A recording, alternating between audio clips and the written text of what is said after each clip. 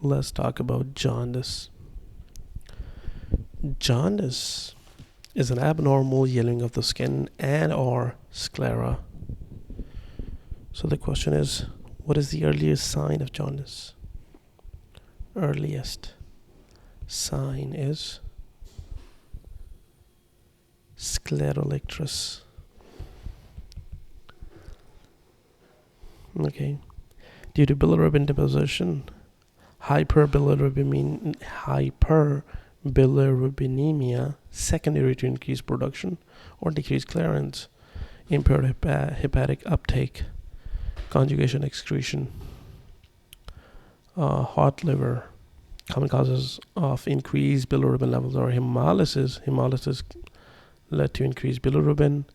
Obstruction led to, again, increased bilirubin. Tumor, same thing, obstruction, increased bilirubin. Liver disease, not much conjugation, so increase in bilirubin.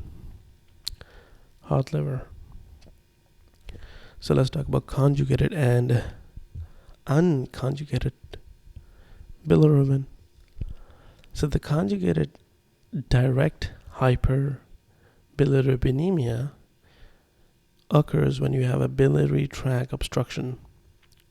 How would you have a biliary tract obstruction? Gallstones, cholangiocarcinoma, pancreatic or liver cancer, liver fluke, or biliary tract disease like primary sclerosing cholangitis, primary biliary cholangitis, or excretion deficit or defect, Dubin-Johnson syndrome, and Rotor syndrome. Okay. So you get the point here. Second thing is, what about the unconjugated indirect hyperbilirubinemia? That is if you have a hemolysis, physiological or neonates, Crigler-Najjar or Gilbert syndrome. Okay. So one thing here is this conjugated one, it is water soluble. And this unconjugated one is fat soluble.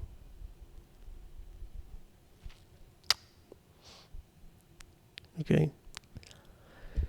And the third thing is mixed, meaning both of them are high. Both direct and indirect hyperbilirubinemia in the hepatitis and cirrhosis. And let's talk about benign neonatal hyperbilirubinemia. Benign neonatal, formerly called physiological neonatal jaundice. Mild unconjugated unconjugated. Why? Because the liver has whatever the power the liver had is working 100%. But still there's more bile. So you have an unconjugated bilirubin within the blood. It is caused by increase in fetal RBC turnover, increase in hematocrit, decrease RBC lifespan, immature newborn liver, this thing, decrease in UDP, glucuronide transferase activity, or the third thing is the sterile newborn gut. You have a decreased conversion to urobilinogen. And if you remember from physiology, urobilinogen was, if you were to convert into urobilinogen, then it would go into either go into the enterohepatic circulation, or 80% goes into the feces. But you have a low conversion, you have low gut bacteria, or you have let's read this here. You have decreased conversion to urobilinogen. This leads to increase in deconjugation by the intestinal brush border, beta glucuronidase. This leads to increase in enterohepatic circulation. So this, whatever came down in the gut, went back into enterohepatic, goes back to the liver. Circulation. Well, it increase in enterohepatic circulation. Third thing, the other thing we have here is how the beta glucuronidase which is a lysosome enzyme for direct bilirubin deconjugation. Again, it's a lysosomal enzyme for direct bilirubin deconjugation, also found in the breast milk, may lead to pigment stone formation, occurs in nearly all newborns after first 24 hours of life and usually resolve without treatment in 1 to 2 weeks. Exaggerated forms of this thing. The first thing is breastfeeding failure jaundice. Breastfeeding failure jaundice. What is this? Insufficient breast milk intake. This leads to decreased bilirubin elimination in stools, which leads to increase in enterohepatic circulation. Again, we said beta-glucuronidase. It is found in breast milk, and what it does is it is an enzyme for direct bilirubin deconjugation. It right away directly it doesn't need no liver, nothing. It directly deconjugates bilirubin. So if you have a child who has a bilirubin increase in bilirubin, and if you were to give this beta-glucuronidase, it's going to directly deconjugate it. And normally that is found in the breast milk. So if you were able to give the child the breast milk, then he's good to go for this sort of problem. So, but if the breastfeeding failure occurs, you can't do that, then the jaundice comes. Why? Because of insufficient breast milk intake, which led to decrease in bilirubin elimination in stools, leads to increase in enterohepatic circulation. You couldn't deconjugate it, and it remained in the stools and caused increase in, again went back into enterohepatic circulation and went back to liver. Breast milk jaundice. First it was breastfeeding failure jaundice. Now it's breast milk jaundice. That because you're giving breast milk, there's jaundice. So let's read. Increase in beta-glucuronidase in breast milk, which leads to increase in deconjugation. This leads to an increase in enterohepatic circulation. Okay.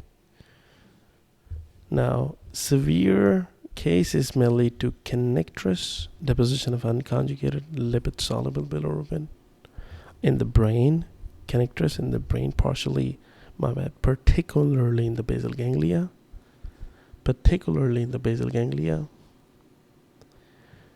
And treatment is phototherapy, non-UV, isomerizes the unconjugated bilirubin to water-soluble form.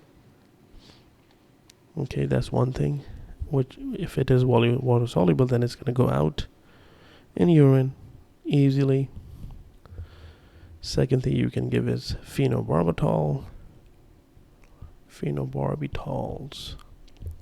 They will increase the liver UDP, glucuronide transferase enzymes activity, which can, increase the liver to work to more conjugate more bilirubin and excrete it out. But these are all the treatments. Normally, when do they occur?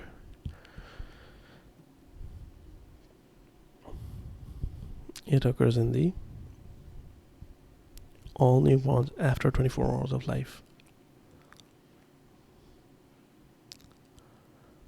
After the and resolves, normally it would resolve within 1 to 2 weeks.